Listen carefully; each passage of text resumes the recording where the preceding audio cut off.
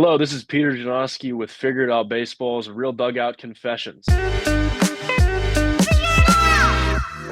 am a sophomore left-handed pitcher at Seton Hill University, a Division II school in Western PA. And today I'm being joined by Kooper Schulte, a junior shortstop at the University of Iowa. Cooper is from New London, Iowa. And Cooper, great to have you today. Yeah, thanks for having me, Peter. Happy to be here. Cooper, could you tell everybody at home just a little bit about yourself?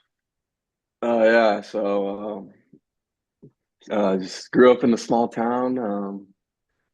Really, most people know me from my dad. He's one of the winningest JUCO coaches in the state of Iowa, and basically, um, I'm the man from him. So I mean, he pushes me, and I owe him my career pretty much. So So I know, Cooper, you had a rather interesting recruiting process. So why don't you walk me through that in your JUCO journey? yeah, so out of high school, I was committed to Iowa Western Community College. Um, think I committed there my junior year, maybe sophomore year, but about 3 weeks left before the season. The head coach left, went to Western Kentucky. Guys were leaving left and right, so I was like, "What do I do?" I was gonna go to Southeastern Community College, play for my dad, even though I didn't really want to at the time. But I got a call from Central Arizona, JUCO in Arizona, and they won the Natty the past 2 years, and I was like, what opportunity this is, so let's do it. Went there after my freshman year. And then the head coach and associate head coach left. Head coach went to Arizona State. Assistant coach went to Washington State. So I was like, geez, what's up with my luck? Then I was committed to the University of Iowa at the time, and Coach Rick Heller and Marty Sutherland were pushing me to go play for my dad at Southeastern. So my sophomore year went to Southeastern, made it to the College World Series, and happy I ended up doing that. So So now you're at Iowa and it's your first fall in a sense. Like you're coming in not with the same experience as a freshman, but like at Iowa it'd be similar to a freshman fall.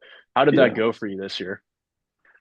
pretty good actually. I mean, coming in first couple weeks, I was nervous. I mean, big campus, I wasn't used to all that, but getting around. I mean, the coaches really helped me out with that type of stuff, and I don't know. I think JUCO prepares you for that stuff in a good way. I mean, all the time management that you have to deal with, and just being prepared for that stuff is really what JUCO is gets you going for. So yeah, it wasn't bad at all. I mean the biggest part was probably just the traffic in a way. So yeah, being at the successful JUCOs you were at and playing in some high pressure playoff scenarios, I'm sure that was a good skill set to come in with to Iowa this fall. And like, did you ever feel any pressure on you? And sort of walk me through how you responded to that pressure. Yeah, I mean, came in, um, felt like I had something to prove. I mean, win my spot at shortstop. Well, hopefully I did, but yeah, I think those pressure situations like playoffs we played in really helps you out in a way. I mean in the fall we only played three home games, so I mean in that sense you really have to do something in those games. So I don't know, I was just coming out ready to go from the get go, and I think that really helped me. So let's take a step back to your JUCO days. You're playing in the playoffs. You have any specific moments that stuck out where you were in that pressure situation, you kind of stepped up and came through for your team? Yeah, I'd say uh day two of playoffs last spring with Southeastern. We played Kirkwood after it was a win or lose go home game, and we just lost the game four playing back to back, and we're playing Kirkwood, and the game was just I think the best game our team played all year. It was awesome to be a part of. Um, I don't remember my stats. I remember I hit a two-run double when it was an 8-7 game, I think. So we were up 10-7 after that, but just that game overall just told us told our coaches that we want it. We want to be here. We don't want to go home yet. So that was probably the best game. No, in moments like that, is like that how you're talking to yourself? Like you're using that like positivity to, in a sense, like drive you and your teammates. Oh yeah, I mean, just competitiveness is what Southeast is all about. I mean, we just compete to the very end. So um, I don't know. We use each other as motivation just as much as yourself. So you get in the box, you're saying, "All right, let's go, me and you, 1v1 right now." So just that competitiveness drives all of us.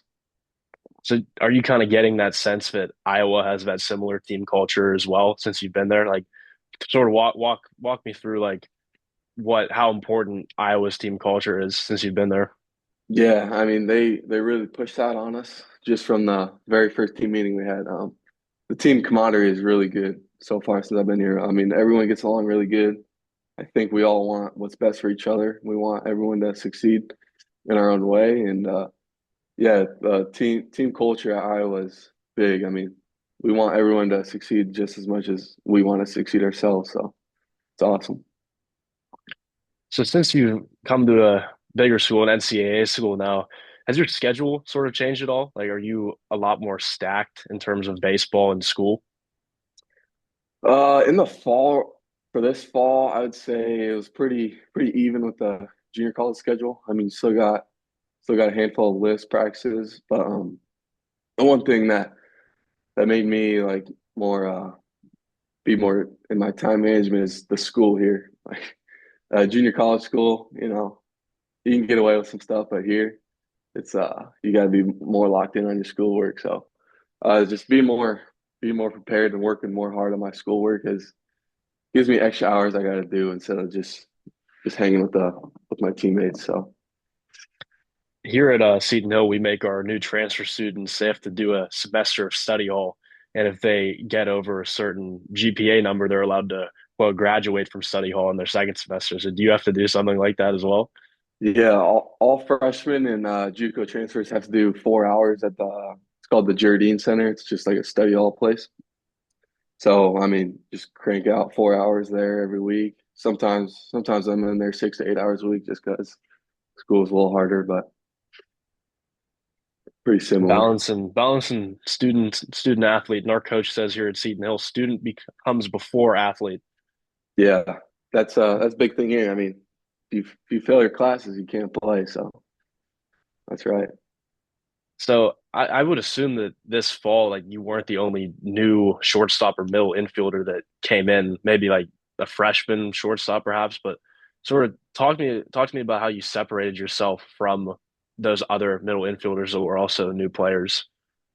Yeah. So yeah, I wasn't the only one. There was three of us practicing there beginning of the fall, and then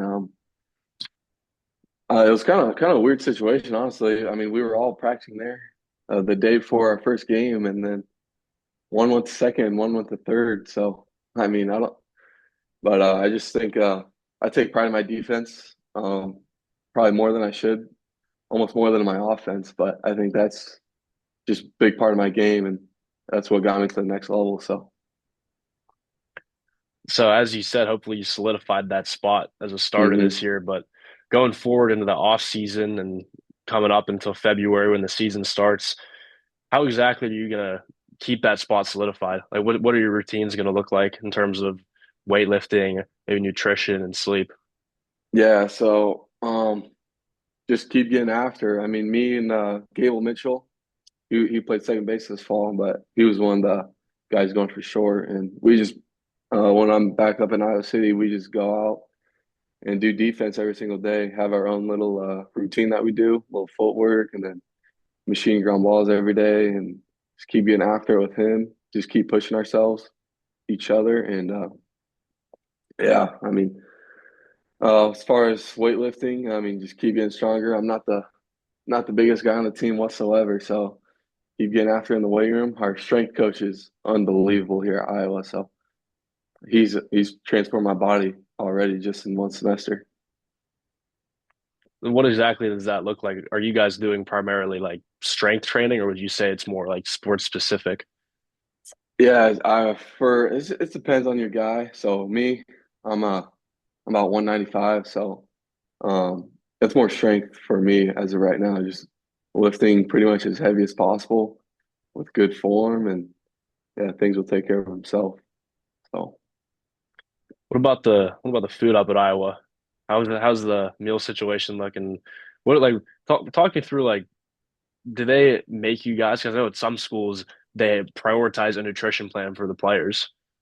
yeah, so I don't know. I live in an apartment, so I kind of fend for myself for some meals, but we have a little app on our phone, and we have $45 a week. So that's huge on extra meals. I mean, I can go to Chipotle 5 times a week, get a protein burrito. So I mean, that's big time for this fall. Helped me out a lot. I think I gained 5 pounds just from just this semester. So Just from Chipotle alone?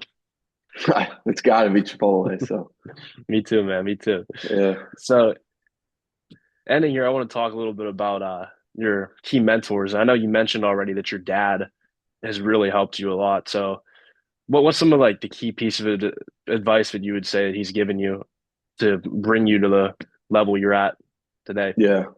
I mean, just probably the best tangible anyone can have is just competitiveness. I mean, he's pushed that on me since I was 10, 12 years old. So, I mean, just being a competitor and being relentless. And then um, my work ethic too. I mean, I think that's one of the biggest separators for me is just what I'm willing to do to be the best person I can be. And yeah, just having that key mentality when you're when you're on the field is just something you got to have as a baseball player. It's a great piece of advice. And I'm gonna end you here today with a fun question because I don't know about JUCO, but I know at most Division II schools we don't get walk up songs.